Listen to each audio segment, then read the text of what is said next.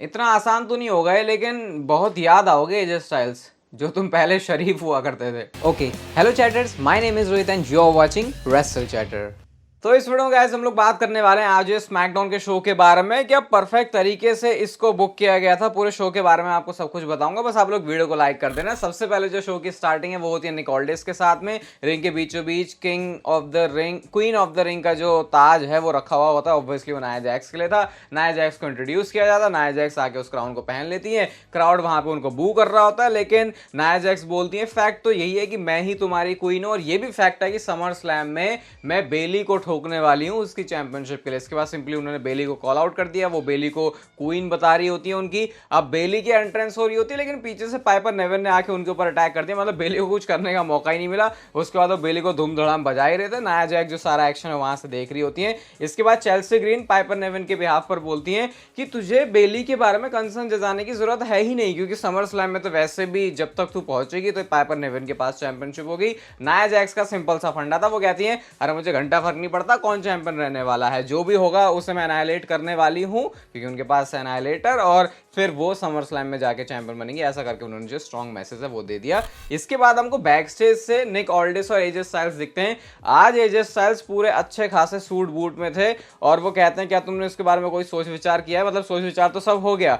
अब वो सिंपली बोलते हैं मुझे बस टाइम दे दो रिंग में जाने के लिए। निक ऑल्डिस पूछते भी हैं कि तुम क्या ऐसा करने वाले हो, तो वो बोलते हैं ये काफी मुश्किल है, तो तुम इसको जब रिंग में होगा तभी जाके देख लेना। तो निक ऑल्डिस ने थोड़ा सा यहाँ पे सपोर्ट कर दिया एजे स्टाइल्स को, चलो भाई बंदे को मैच नहीं दे रहा मैं, लेकिन कुछ इसकी जो बातें हैं उसको रखने का मौका देता हूं। और ये बातें क्या हुई वो भी थोड़ी देर में डिस्कस करेंगे। लेकिन इसके बाद शो पर अगला मैच होता है Tommaso ciampa versus Austin theory के बीच में। ये मैच में ऑस्टिन थेरी ने अपने हील टैक्टिक का यूज करके कंट्रोल लेने की कंट्रोल जरूर लिया, लेकिन मुझे ये नहीं समझ में आया कि ग्रेसन वॉलर क्या काम कर रहे हैं। वो तो ऐसा लग रहा था कि जैसे कि ऑस्टिन थेरी के अगेंस्ट है, क्योंकि ऑस्टिन थेरी उनको देखने के क्या कर रहा है भाई, तो वो एप्रन पे आके चढ़ गए, तो वो आपस में ही फिर टकरा गए। पीछे से ciampa ने आके पिन कर दिया, और ऑस्टिन थेरी ये वाला मैच जो है हार चुके हैं। अब ये बात नोटिस करना कि ट्रिपल एच के रेन में अगर चैंपियंस हैं और अगर वो पिनफॉल ले रहे हैं, तो वो कहीं ना कहीं थोड़ी सी ऐसी बात होती है कि यार यहाँ से कुछ बनाने वाले हैं, तो ये चीज़ शायद फेवर में जा सकती है Tommaso ciampa and Johnny Gargano के।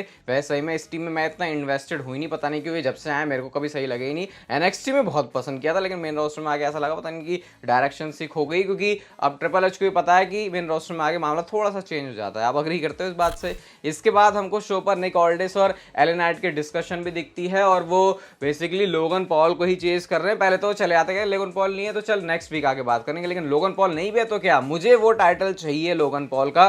तो अब यहाँ से लग रहा है कि हम जो यूएस चैंपियनशिप का मैच है उसकी तरफ बढ़ रहे हैं, और मैं सोच रहा हूँ कि क्लीवलैंड समर स्लैम में जाके शायद इनका एक बड़ा मैच होगा, तो शायद उससे पहले भी ये मैचेस कर सकते हैं। फिर क्या पता लोगन पॉल के सामने वहां पे जाके एले नाइट को शाइन करने का मौका मिले समर स्लैम में ज़्यादा क्राउड के सामने, क्योंकि क्राउड के सामने मूवमेंट भी चाहिए। तो शायद अभी से उसकी शुरुआत हो गई है। बाकी कन्फ्रंटेशन कार्मेलो हेस और एले नाइट के बीच भी हुआ था। इसके बाद शो पर अपोलो क्रूज वर्सेस अंड्रादे का मैच था, और ये तो मैं भूल ही गया था कि ये दोनों बंदे भी एग्जिस्ट करते हैं, क्योंकि इनको तो दिखाया नहीं। अब इनको आज टीवी पे देखा, मैं समझ गया भाई अब यहाँ से इनकी तो कोई स्टोरी शुरू होने वाली है, फिर किसी एक का जो है बैंड बजने वाला, दिवाला निकलने वाला है। वो दिवाला निकला, ऑब्वियसली अपोलो क्रूज का ही निकलना था।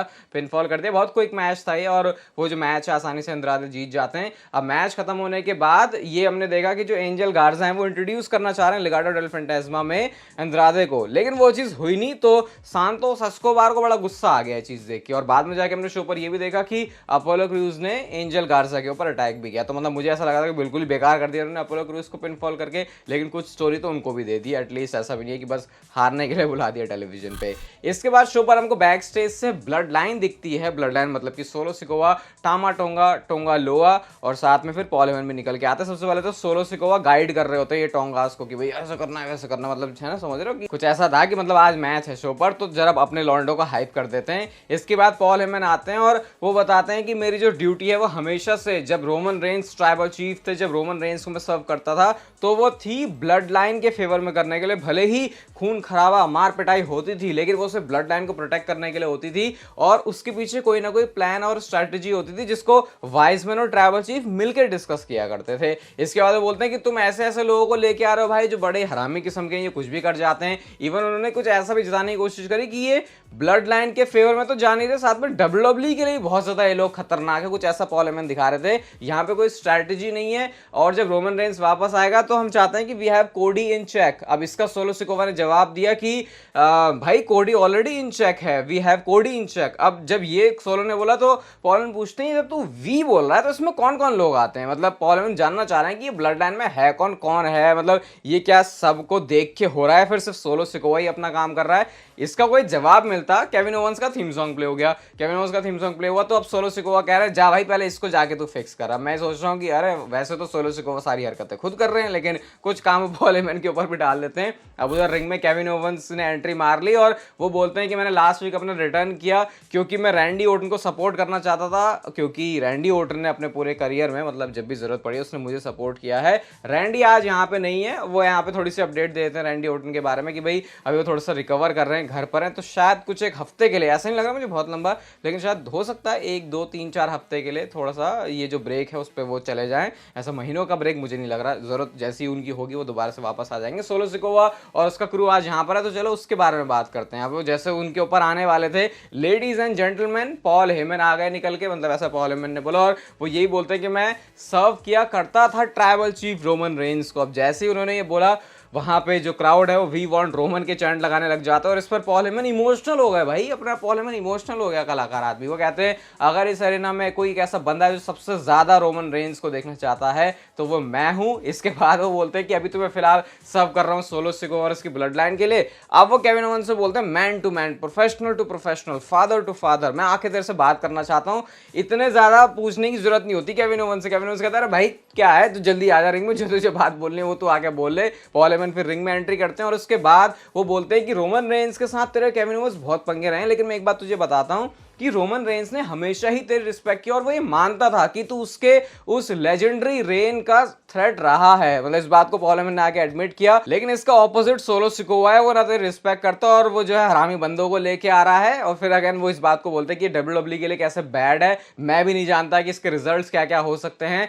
तो केविन ओवंस बैक ऑफ। जैसे ही उन्होंने ये बोला केविन ओवंस जवाब देते हैं भाई पॉल हेमन तुझे लगता है कि मैं तेरी बात पे भरोसा करूंगा कि तू मेरी हेल्प करना चाह रहा है, तूने इतने टाइम से क्या किया है उसके बेसिस पर मैं तेरे ऊपर जरा से ही भरोसा कर सकता हूं। वो आगे बोलते हैं कि तू ही वो बंदा है जो इन सारी चीजों को प्लान कर रहा है, मतलब कि वो बोलते हैं पॉल हेमन तू ही है, तू भले ही छुपा रहा है लेकिन इन सारी चीजों के पीछे तू ही है, तू चाहता है मैं तेरे से डर जाऊं, तू चाहता है मैं ब्लड लाइन से डर जाऊं, मेरे साथ इतनी सारी चीजें हुई हैं, Jey Uso, Jimmy Uso, Roman Reigns, मुझे गोल्फ कार्ट से हिट किया गया है, लेकिन डिफरेंस ये है कि मैं उन लोगों की रिस्पेक्ट करता था, ये जो सोलो सिकोवा और इसके चेले चपाटे में इनकी घंटा कोई रिस्पेक्ट नहीं करता। और यहां से आप लोग देखो कि WWE वो वाला एंगल हमारे दिमाग में डाल रही है कि एक बेबी फेस उन लोगों की तारीफें कर रहा है जो कि पहले नेगेटिव हुआ करते, तो अब यहां से क्या होने वाला है मुझे लगता नहीं कि आपको समझाने की जरूरत है। और ऐसी छोटी छोटी चीजें जो हैं स्टोरी लाइन के अंदर हमको पहले ही हिंट्स में मिल जाती है जो कि फिर स्टोरी लाइन में आगे प्ले करती है, और ऐसी सारी बातें भाई मैं तो पिक करता हूँ। तो इसके लिए अब वीडियो को लाइक जरूर कर देना क्योंकि थोड़ा डिटेल में एनालिसिस आ जाता है कभी कभी। पॉल हेमन हो गए परेशान, वो कहते हैं यार भाई मेरी बात मान लो, समझ लो,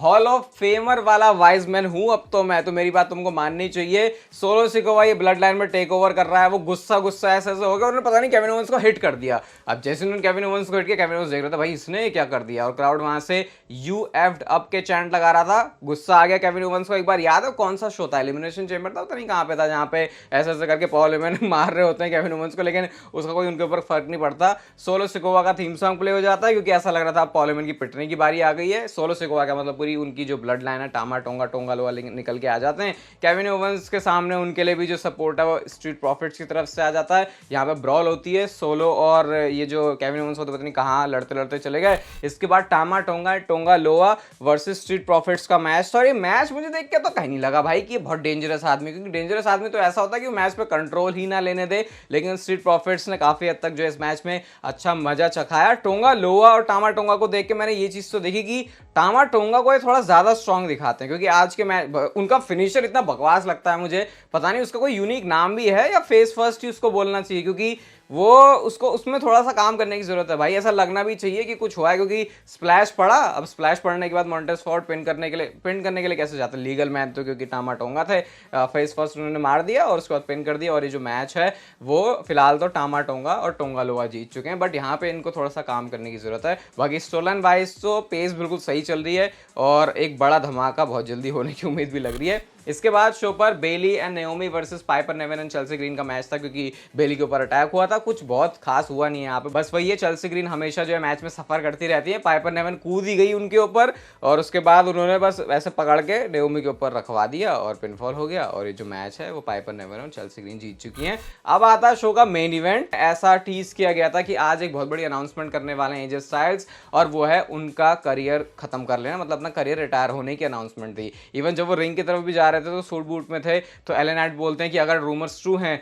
तो रिस्पेक्ट है भाई तेरे लिए। इवन कोडी रोड्स से भी उनकी कुछ बात होती है। इसके बाद Luke Gallows and Karl Anderson भी रास्ते में मिलते हैं, तो कहते हैं भाई हमने सब कुछ साथ में जिया है, तो चलो आज भी तुम मेरे साथ चलो। एजे स्टाइल्स आते हैं रिंग में, उन्होंने एंट्री करी, इमोशनल लग रहे थे, एजे स्टाइल्स के चैंट लग रहे थे, बेबी फेस वाला पूरा रिएक्शन मिल रहा था। कोई कह नहीं सकता कि ये बंदा एक हफ्ता पहले हील बंदे का रोल प्ले कर रहा था, मतलब क्राउड को भी बहुत अच्छी तरीके से जो है अपनी बातों में ले लिया गया था। अब एजे स्टाइल्स ने अपना कार्यक्रम शुरू कर दिया। वो कहते हैं मैंने निकोल्डिस से बात करी, क्या मुझे दोबारा से अपॉर्चुनिटी मिलेगी कोडी रोड्स के साथ करने की, लेकिन मुझे वो मौका नहीं दिया गया। मुझे बोला गया कि बैक इन द लाइन जाओ, और ऑब्वियसली ये निकोल्डिस की जॉब है तो वो उनको करनी थी। अब मैं इस पॉइंट पे अब मैं अपने करियर के इस पॉइंट पे आ चुका हूं कि मैं देखता हूं कि मैंने 2 डेकेड हो चुके हैं मुझे लड़ते हुए।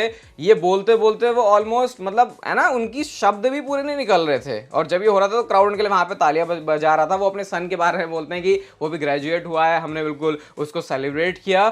और मैंने ये सोचा कि ऐसे कितने सारे मूवमेंट हैं जो इस प्रोफेशनल रेसलिंग को देते हुए मैंने अपने घर परिवार में मिस कर दिए हैं। फिर एजे स्टाइल्स बोलते हैं कि मैं एजे स्टाइल्स हूं, मुझे फिनोमिनल बोला जाता है, लेकिन बेटर होगा शायद अब कि मैं एक फिनोमिनल फादर बनूं। इसका मतलब कि वो अपने रेसलिंग करियर से रिटायर होने की ही बात कर रहे थे। वो ल्यूक गैलोस कार्ल एंडरसन को बोलते हैं भाई मैं तुमसे प्यार करता हूं, तुम मेरे साथ हमेशा रहे हो। एक लास्ट टाइम जो है टू स्वीट कर देते, फिर टू स्वीट आके जाके किया। क्राउड इस पर जो है तालियां बजा रहा था, और बोलते हैं कि इससे पहले कि मैं जाऊं मैं कोडी रोड्स को बुलाना चाहूंगा, क्योंकि कोडी रोड्स और एजे स्टाइल्स की कुछ तो बात हुई थी, तो उसी बेसिस पे शायद उन्होंने जो डील करी थी वो कोडी रोड्स को बुला रहे थे। कोडी रोड्स की एंट्रेंस होती है, और अगेन यहाँ पे एक डिटेल एनालिसिस आप देखना कि ना कोडी रोड्स बेल्ट के साथ आए थे, इवन उन्होंने वो जो अपने म्यूजिक में जो वो वाला मूवमेंट है जिस पे क्राउड चिल्लाता कोडी रोड्स भी करते, वो भी उन्होंने नहीं किया। कुछ ऐसा कि रिस्पेक्ट दिखाने के लिए भाई ये मेरा मूवमेंट नहीं है, ये एजे स्टाइल्स का मूवमेंट है। कोडी रोड्स रिंग में आते हैं तो एजे स्टाइल्स बोलते हैं कि बैकलैश में हमारा जो मैच हो अपने करियर के बढ़िया बढ़िया मैचेस में से उसमें उस एजे स्टाइल्स उसको फीचर करना चाहते हैं।